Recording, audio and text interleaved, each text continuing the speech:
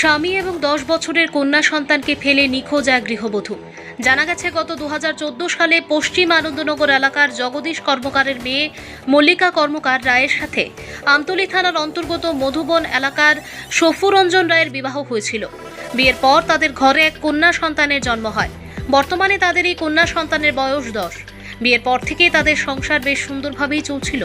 আচমকা মঙ্গলবার দুপুরে গৃহবধূ মল্লিকা কর্মকার রায় আগরতলার আইজিএম হাসপাতালে ডাক্তার দেখানোর কথা বলে মধুবনস্থিত তাঁর স্বামীর বাড়ি থেকে বের হয়। মঙ্গলবার সন্ধ্যা ঘনিয়ে আসলেও গৃহবধূ মল্লিকা তার স্বামীর বাড়িতে আর ফিরে আসেনি। পরে স্ত্রীর খোঁজ নিতে স্বামী সফুরঞ্জন রায় যখন তার স্ত্রীর মোবাইলে ফোন করে তখন তার স্ত্রীর মোবাইল বন্ধ দেখায়।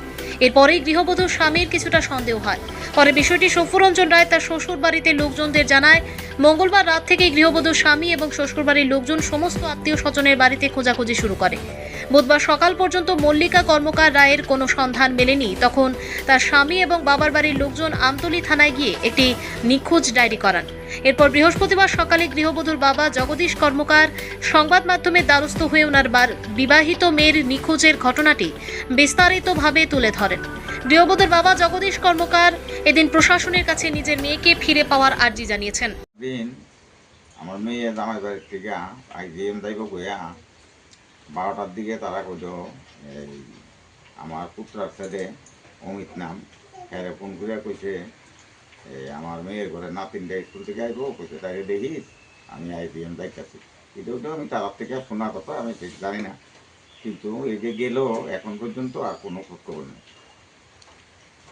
কোন জায়গাতে আপনার মেয়ের জামাইয়ের বাড়ি? বা এটা হইল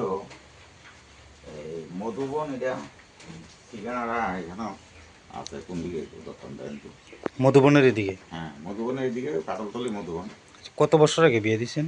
বিয়ে দিছি 2014। আচ্ছা, আপনার মেয়ের, আচ্ছা আপনার মেয়ের জামাইয়ের নাম কি? সফুরঞ্জন রায়। কি করে তিনি? রাজমিস্ত্রির কাজ করে। তো মানে কি কারণ নিখোঁজ? কি বাড়িতে কি কোনো ঝামেলা ছিল না? এটা তেমন কিছু তো আমি আগে জানাইছি না কোনো সময়। এখন তারার মধ্যে কি আছে কি না আছে তারা করতে পারে। যে নিখোঁজ তার কি কোনো সন্তান আছে? হ্যাঁ, একটা মেয়ে আছে। কত বয়স? আচ্ছা, তো মানে এখন পর্যন্ত কোনো জায়গাতে কি খবর পাওয়া গেছে? কোনো খোঁজ খবর নেই, আত্মীয় স্বজন কোনো গেছে না। থানাতে জানাইছিলেন নি বিষয়টা? থানাতে আমি শ্রীনগর থানাতে গেছি, তারা সামথিং একটা রিপোর্ট রাখছে, তাই আমার কইছে যে এটা আপনি আমতলী থানা আপনার জামাই দইয়া যায়। তখন আমরা যাইয়া করে এসে আজকে আমতলী থানাতে? আমতলী থানা। আচ্ছা, পুলিশ কি কইছে? পুলিশ তো এমনি কিছু কইছে না, কাগজপত্র দিয়েছি, ছবি টবি ফাঁস করি ছবি দিচ্ছি রাখছে।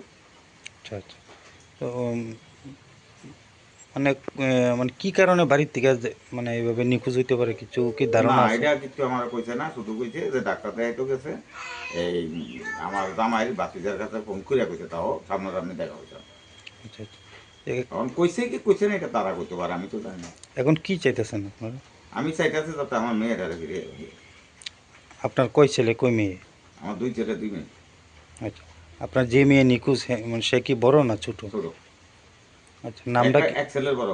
আচ্ছা, নাম কি আপনার? মল্লিকা কর্মকার রায়। আমার না, আপনার মেয়ের? মল্লিকা কর্মকার রায়।